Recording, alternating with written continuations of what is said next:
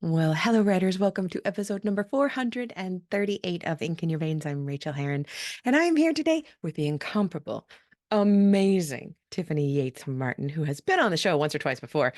And it is just always such a treat and a delight to get to see her. And she is wrapping up our almost 3 weeks of daily episodes where we've been talking to people about getting unstuck because of my Kickstarter, which, as this goes live on probably the 22nd of April, 2024, where you are, there's only a few hours left to pledge. The Kickstarter is closing. So if you haven't pledged and you would like to, please go to rachelherron.com/unstuck and pledge. I am recording this right after I recorded the last one and pre-programming it. So I do not know if we have hit the $19,000 stretch goal or the $20,000 stretch goal. The $19,000 is for the launch. The stretch goal is a launch party with me where we will talk about packing and packing light. Talk about travel, one of the best ways of getting unstuck. $20,000 is where me and my sister sing California Stars, which I talk about singing with my sisters in the book Unstuck in kind of a magical moment. And so that would be coming. You would be getting that song. And I don't know if we've hit it. You can find out if we've hit it if you're listening to this after the afternoon or evening of April 22nd, 2024. In most of the world, April 23rd, where I live in New Zealand. You'll be able to know what the Kickstarter closed out, but I don't know yet because I'm speaking to you from the past and I'm very excited to see where it lands. And in any case, wherever it lands, I'm so grateful for everything that it has done and for the way that it has moved and danced and for the way that we have been able to talk to people about getting unstuck. It has truly been such an honor to be able to do this with people that I care about and respect. So, on that note, thank you for supporting. I'm sure I'll be in your ears later this week on a regularly scheduled podcast. We'll go back to normal after this, but it sure has been fun having this kind of party, hasn't it? And I will let you know how everything goes, how everything shakes out. We will be updating. I will have a Kickstarter lessons learned kind of thing coming up. Thank you for being here. Now, please enjoy me talking to Tiffany about stuckedness. All right, here we go. I'm so glad you're here. I am so thrilled to welcome my friend to the show again. Will you please share your name and your pronouns with us? Tiffany Yates Martin, she, her. So excited, Tiffany. This is just an excuse to talk to people I adore. Here is your bio, though, for people who may have missed you on have you been on the show twice? I believe I think so, twice. yeah. If you Google it, it'll come up. I should have looked up the numbers. I didn't, because it's more important to talk about Tiffany. Tiffany Yates Martin has, for the last 15 plus years, developmentally edited authors on titles by New York Times, USA Today, Washington Post, and Wall Street Journal bestselling and award-winning authors, as well as indie published and newer writers because she's not a snob. She's led editing and writing workshops all over the US, and her incredible book, Intuitive Editing, a creative and practical guide to revising your writing, is a comprehensive, actionable, accessible guide for writers on how to edit their own work. She also writes women's fiction for Penguin as Phoebe Fox, and you can find her at foxprinteditorial.com. Welcome, Tiffany, you pretty thing. It's just I'm so happy to see you. I'm so happy to see you. You just look fab. People mostly don't watch this on the YouTube, but if they do, you've got an incredible backdrop of orange behind you and green vines coming down and books. And right there, right smack dab in the middle is intuitive editing. And we have talked about that on the show, so we won't go into it here, but you are the most divine when it comes to talking about editing and Thank revising. you. It's my favorite So thing to nerd out over. and we have nerded out about it, and we will continue to nerd out about it. And I think that's why we connected so deeply first time we ever chatted. Yeah. Today, however, let's talk about editing in a different way. Editing our lives. I would love to know because as you know, I'm pushing the Kickstarter of Unstuck, um, and talking about the times where we got stuck. Usually because it was something we did because we wanted something and we went after it and we got there and then we said, "Oh no, what have I done? What do I do now?" Can you please talk to us about a time where this may have happened to you?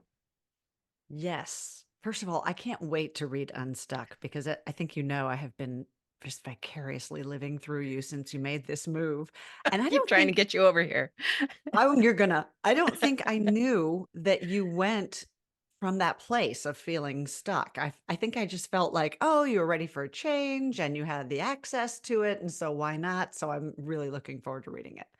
And Thank you. because it resonates, because like you said, I think a lot of us get to stuck places in our lives just because I think you get wherever you're maybe trying to get or don't even, you just fall Mhm. into a rut and then you have to remember to take a look around sometimes and go, is this where I want to be still?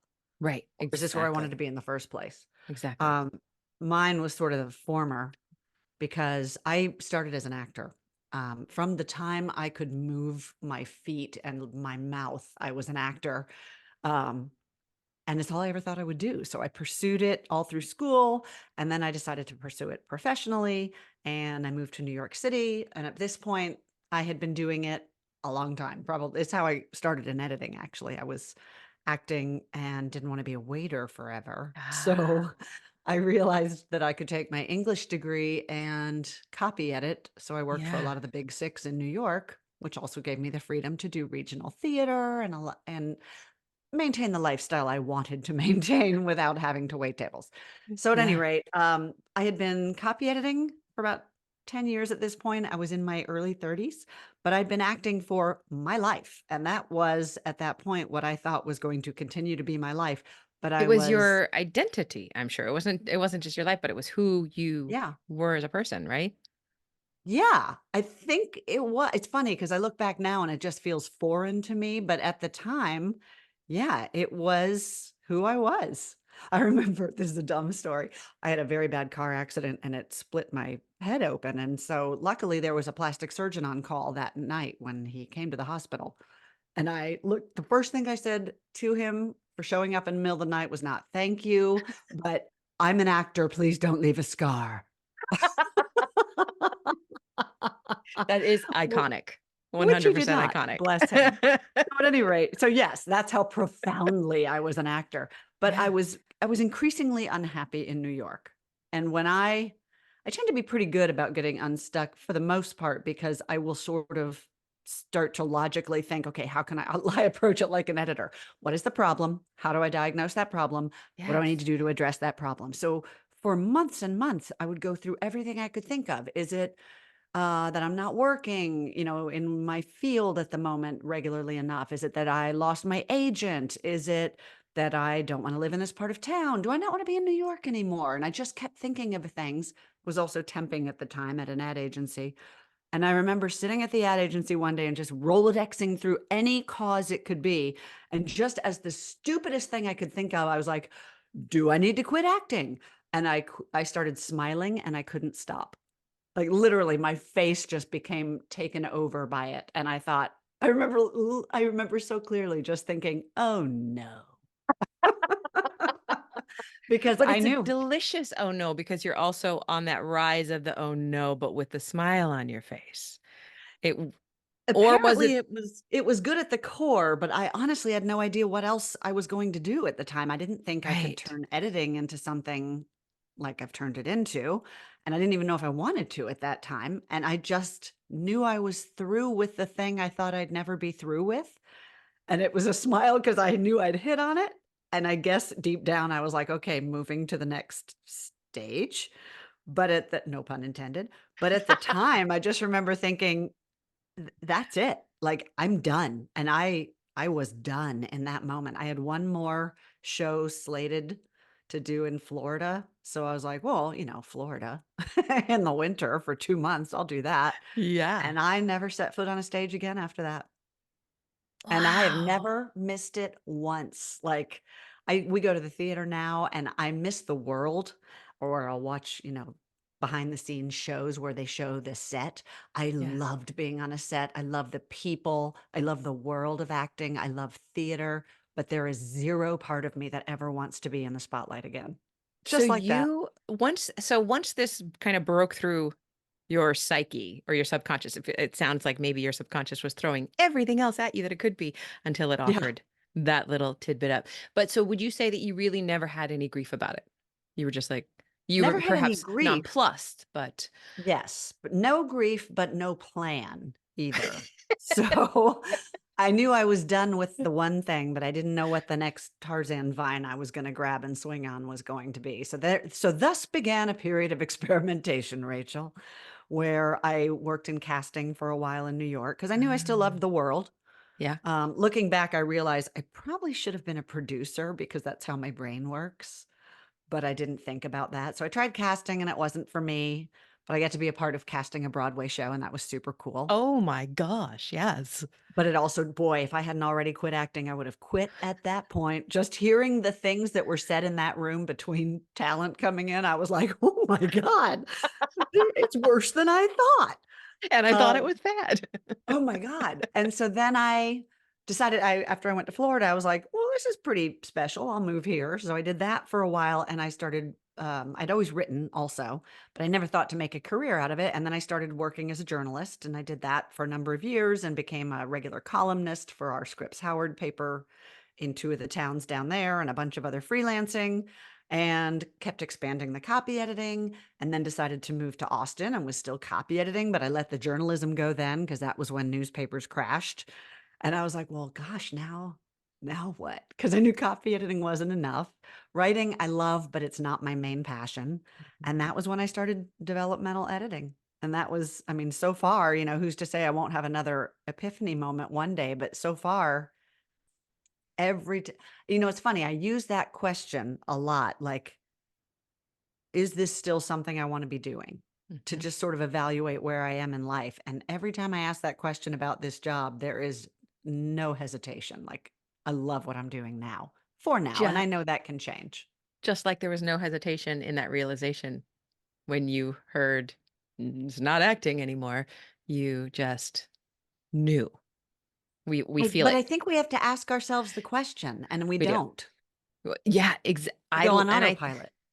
I wonder if it is. I'm just this is spitballing now, but I'm wondering if it is a thing about people who love to revise and who think about editing a lot. If that question just comes more easily to us, because there is a point in That's funny. Unstuck, and I'm not intentionally pushing the book right now, but there is a point right before we move where we're sitting outside our house. A couple of friends have dropped over to pick up old yard furniture. We're about to stage the house. Everything is almost out of the house, and we're trying to chat, but I'm losing my mind in my head. My sister says it's like I'm possessed. And then as we're all chatting and Lala is showing her Instagram photo to a friend, I say, Lala, if you want a divorce, now's the time. Do you? But I was so serious. I was like, this would be a great time. Like, do you still Oh want to my stay God, together? why? Because we're liquid. We're going to sell the house. Like, this house is not sold yet, but as soon as it sells, we have no debt. We've gotten rid of the cars. Everything is in a check. We're going to have a check. It would be a great time to break up if you want to break up. And she was But like, what no, made you say that? because it was that let's ask the question. Okay. It just happened to be a really awkward time to do it in front of a few friends and my sister who just thought, Yeah. like, they were like, "Do we have to leave?" No, but both of us looked at each other and like, "No, I'd love to stay together. Let's keep doing this. This is great." And then I could Oh, take a deep breath, but we do forget to ask those big questions. Do we? And it wasn't. It was just a darling moment where she just looked at me and said, "No, I'm good. I'd like to stay together. We don't have to split our she didn't go, split why do you split the ask? split the money." Not a I think perhaps she's used to me asking those questions, and that is a thing that we have even talked about on I know that you recently celebrated an anniversary, happy anniversary, Lucky and we 13. recently Thank celebrated our 18th. And Ooh, congrats. and it is another thing it is another thing that I do like to bring up even on our anniversaries. So you want to go for one more? And my intention is always I hope we both say yes. And so far we have. Okay, this is probably one of the reasons we vibe. So every year on our anniversary, we have a similar routine that stemmed from actually a hilarious thing where someone we knew after we got engaged met him, someone I knew met him and took me aside and said, I really like him. And I'm like, oh, I really like him too. And she said, I hope it works out. And I went, I hope it does too. 'Cause, we were engaged. So every single year on our anniversary, we go, so far it's working out for me as part of our ritual. But what I Yes. love about that is kind of what you're saying. It is Yes. like we put in our wedding vows, I choose you today. I choose you every day. I choose you for the rest of my life. But I do think that the commitment, any commitment, means more if you allow yourself to consider whether you still choose to be there or you just feel like you have to be there. That is exactly it. We did the same exact thing because both of us, neither of us really had strong feelings about marriage when we got married. But my thing was like, I am marrying you forever unless we get divorced, you know. And I don't So ever far, it's want to working get out. divorced. So far, it's working out. And I think, like you, we say these things in jest. And if she ever turned to me and said, no, we actually really need to talk, I would not be laughing about it. I'd be crying and Right. we'd be in therapy and all of those things. But even if we ask it in jest or say it in jest, it's opening the space for it, which to me feels healthy and safe and a little bit dangerous, but also Yeah. good. All those things. Yeah. And but to go back to you leaving acting, one thing that keeps coming up on the show while we've been talking to people about this unstuckedness is Mm. you created the vacuum. You created a space Mm. and perhaps you didn't do that intentionally. You didn't say, well, I think I'll open a space and I'll walk forward and see what enters it. But I think you did. You didn't open a space and said, I'm now going to fill it by becoming a producer or by becoming a developmental editor. What do you think about opening vacuums like that? I am a big fan of leap in the net will appear. Hell yes. I mean, I'm also this is weird because I'm also an incredibly careful, risk-averse person who Me too. does lots of research, but, I've moved around a lot, and I do it just because I'm like, "You know what might be fun? I wonder if Austin might be fun. I'm gonna try that." And that's my version of leap in the net will appear. I still Yeah. do research on, demographics, cost of living, all the practical things, but I trust that if I make a change or do a thing, I will figure out how to swim once I dive in. I wonder, I keep lately, because we're talking about maybe not being in Austin forever. Mhm. And it did take me time to build a very rich social network we now have here that means a lot to me. And I think about, I wonder, I don't think I feel this way, but I wonder if there comes a time where as you get older, you have less flexibility in that way. I hope not, because I do think it's fun. I do think it's fun to just go, I wonder what would happen if I tried this thing. I wonder the exact same thing. I keep thinking that I am 50, almost 52, and I keep thinking, could I do this again at 62? Would I want to do Yeah. it at 72? And Yeah. Is there a cutoff? I wonder is that too. is there a cutoff? And I'm going to say health, provided that health is intact, mental health Yeah. Yeah. facilities are Yeah. Yeah. intact. I'm going to say we can still do this. We can keep doing this because we have been practicing it. And because we think we can. Like, I Yeah. think when we start to calcify is when we expect to calcify. Yes. Sometimes I hear Exactly. myself say things like, I'll be stiff one morning. I'm 56 and I'll go, oh my God, I'm getting old. And then I think, whoa, whoa, whoa.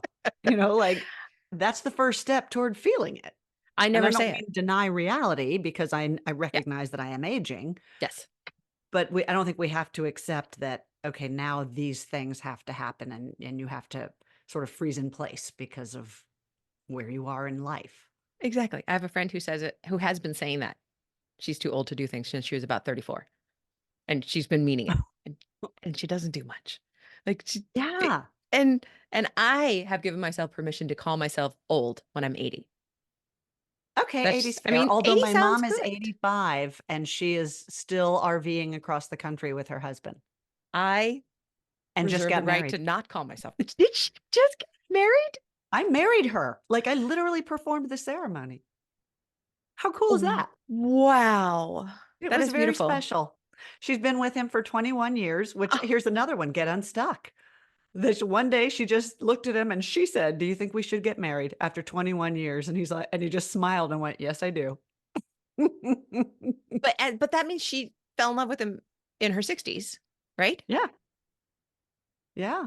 Sweet. Oh, that's a nice kind of person to come from. That's a nice It kind of is. apple to drop from, Well, I I guess think. now that we're saying this out loud, I'm realizing that, and it's funny because she is not the sort of peregrine falcon that I am as far as wanderlust, but I see that some of that leap in the net will appear comes from, I guess, my mom. Oh, that's beautiful. I think now that we're talking about it, I must get that from my parents too, because they were always like that. Let's move. across overseas. Let's move to Saipan. Let's move. Wow. And you just go. And I watched them do it without knowing how it would work, and it worked. It was Because if you know too much, you're gonna stop yourself from doing it, I think.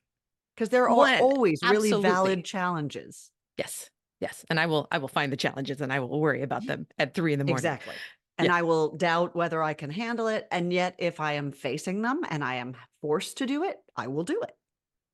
So what would be one s- single little tiny piece of advice for somebody who has perhaps heard in their mind, I think I shouldn't do this anymore. I think I need to get unstuck. Mm. What would be a little bit of Tiffany advice be? I think, it's tricky because sometimes we may make precipitous decisions that may not be the right thing. But for me, it's always been ask the question, and it's not an intellectual question at that point for me. Like the smile Mm, came from my gut. I did not mhm. control that. And that's how I knew it was right. If my brain had said, well, that does feel like the right answer, I don't know if that would have felt as incontrovertible to me. So I Yeah, guess that crystallizes down to the really cliched advice to trust your gut. Ask yourself the question and notice what it makes you feel, because I think that's the best barometer. that's always my best barometer. My brain and my heart will lie and argue and have fights and then make up and Yeah. cuddle on the couch forever. But the gut just does its own thing and it like just throws a thumbs up or a thumbs down. Mhm. That's It just flips the yeah. switch and you Yeah. either yes or no. You like you said, thumbs up, thumbs down. But you have to be listening for it, and I Yeah. think it's easy for us to get out of touch with that. Yeah. I have made a practice most of my life of letting it weigh in, so I think I'm pretty open to it. I think we might have to learn that if we have stifled it. Beautiful. Beautiful answer, Tiffany. Thank you. Thank you. Thank you so much. Where can we find you? Where's the best place to come after you, to Oh, follow just you? come to foxprinteditorial.com. That's where everything is. There's, a bunch of free resources for authors, and that's where you can find how to connect with me also. And do sign up for this newsletter, y'all, because you are one of those people that I try to be and love to follow. You give it all away. Oh, If thank you you. figure something out, you give it away. You say, here's how it works. And this is how I've found that this works well for many people. Why don't you try this? So yeah. But Thanks. you're amazing, Tiffany. Thank you so much for being here. I I appreciate you. adore you. I cannot wait to read this. You are such an inspiration in every way, but particularly this way. And honest to God, your and Lala's move is part of what my husband and I are kind of opening up a door in our minds going, is Austin where we want to be forever? So thank you for that. Or I not mean, if thank you. We'll see how it goes. well, in Wellington, you'd have a built-in friend. So I I'm know. just throwing it out there. You can I move to know. Wellington. All You right, my don't friend. make it look sucky. Okay, we'll talk soon. Thank you so much.